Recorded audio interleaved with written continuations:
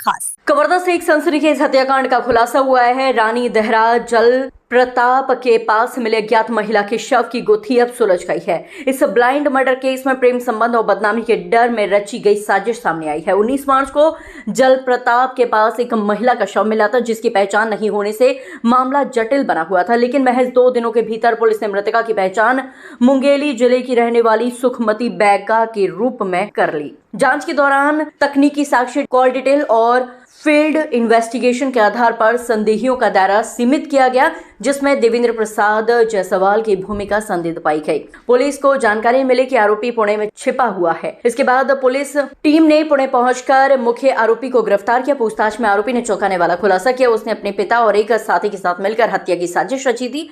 बताया जा रहा है कि मृतका के साथ आरोपी का प्रेम संबंध था और बदनामी के डर से 16 मार्च को शाम रानी देहरा जल प्रताप ले जाकर पत्थर से हमला कर उसकी हत्या कर दी गई और साक्ष्य छिपाने के लिए शव को झरने में फेंक दिया गया। पुलिस ने आरोपी की निशानदेही पर घटनास्थल पर सीन रिक्रिएट कर पूरे घटनाक्रम की पुष्टि की है। इस मामले में 3 आरोपियों को गिरफ्तार कर लिया गया है। फिलहाल इस पूरे मामले में आगे की कार्रवाई जारी है। कवर्धा छत्तीसगढ़ से संवाददाता रुपेश चंद्रवंशी की रिपोर्ट। 19 तारीख को एक अज्ञात युवती की शव हमको रानी देहरा जलप्रपात पे मिला था और युवती की भी कोई पहचान नहीं हो पा रही थी। और उसी दौरान एक रात में एक संदिग्ध लड़का मिला था, तो उससे भी पूछताछ की थी, तो उसने बताया था कि ऐसा ऐसा है। तो उस समय ये नहीं पता था कि ये लड़का ही मार के आया है। इसी के आधार पर हमको संदेह हुआ कि हो सकता है वो लड़का होगा। इस आधार पर उसके गांव में पूछताछ की गई, तो वहां से एक लड़की भी गायब थी जो इस लड़के के साथ रह रही थी। इसी के आधार पर जब हम लोगों ने पता लगाया तो ये पता चला कि इसका जो बाप है लड़के आरोपी का, वो ये नहीं चाहता था कि इन दोनों की शादी हो, और लड़की जो थी शादी करने पे जिद कर रही थी। इसी कारण से ये इन लोगों को, जो कि पुणे में रह रहे थे, पुणे से इनको बुलाया गया धोखे से और बुलाकर इनको रानी देहरा के लेके गए और साथ के बीच में इन्होंने वहाँ बातचीत की और उसको पत्थर से मार के हत्या कर दी और हत्या करने के बाद उसके शव को जलप्रपात में फेंक दिया। इन्होंने योजना पहले से बना के रखी थी कि कैसे उसको सबको ठिकाने लगाएंगे।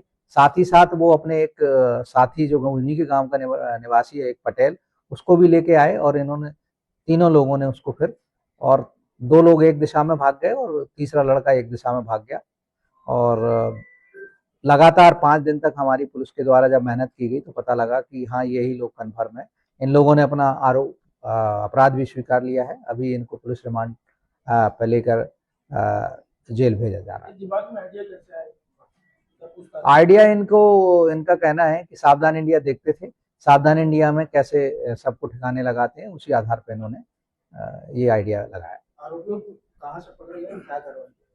आरोपी एक तो पुणे से जो लड़का है उसको पकड़ के लाए हैं, और दूसरा जो उसका पिताजी और पटेल उनका जो साथी है उसको मुंगेली जिले से पकड़ा है। सर, तीनों में मुख्य आरोपी कौन है?